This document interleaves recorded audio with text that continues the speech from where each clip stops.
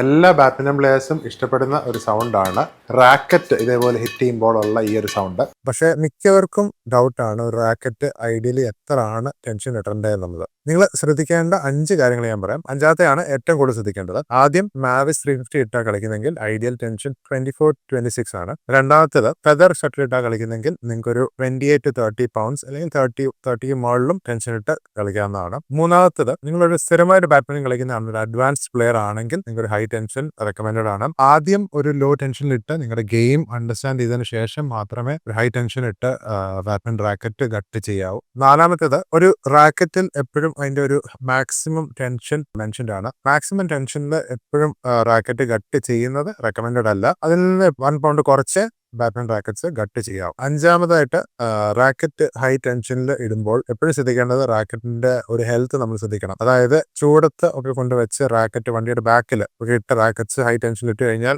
Rackets crack ആവാൻ chances വളരെ കൂടുതലാണ്. ഒന്നെങ്കിൽ തെർമൽ ഇൻസുലേഷൻ ഉള്ള കിറ്റ് ബാഗ്സിൽ പ്ലേസ് ചെയ്യുക. മാക്സിമം ഹീറ്റ് ആയിട്ട് അവോയ്ഡ് ചെയ്ത് ചൂട് കൊള്ളാതെ റാക്കറ്റ് കീപ്പ് ചെയ്യുക. ഇതേപോലെ എന്തെങ്കിലും ക്രാക്ക് ആയി കഴിഞ്ഞാൽ റാക്കറ്റ്സ് ക്രാക്ക് ആയി കഴിഞ്ഞാൽ കട്ട് ചെയ്ത് വിടാനായിട്ട് ശ്രദ്ധിക്കുക. പിന്നെ അതിനോടൊപ്പം തന്നെ എല്ലാ 4 മാസം കൂടുമ്പോഴും ഗട്ട് ചെയ്യുവാണെങ്കിൽ നിങ്ങൾക്ക് നിങ്ങളുടെ പ്ലേ കൺസിസ്റ്റന്റ് ആയിട്ട് കീപ്പ് ചെയ്യാനും പറ്റും. അത് നിങ്ങൾക്ക് ലെവലപ്പ് ചെയ്യാനും അത് നിങ്ങളെ ഹെൽപ്പ് ചെയ്യുന്നതായിരിക്കും. ഈ 5 കാര്യങ്ങളാണ് ഒരു റാക്കറ്റ് ഗട്ട് ചെയ്യുമ്പോൾ നമ്മൾ ശ്രദ്ധിക്കേണ്ടത്.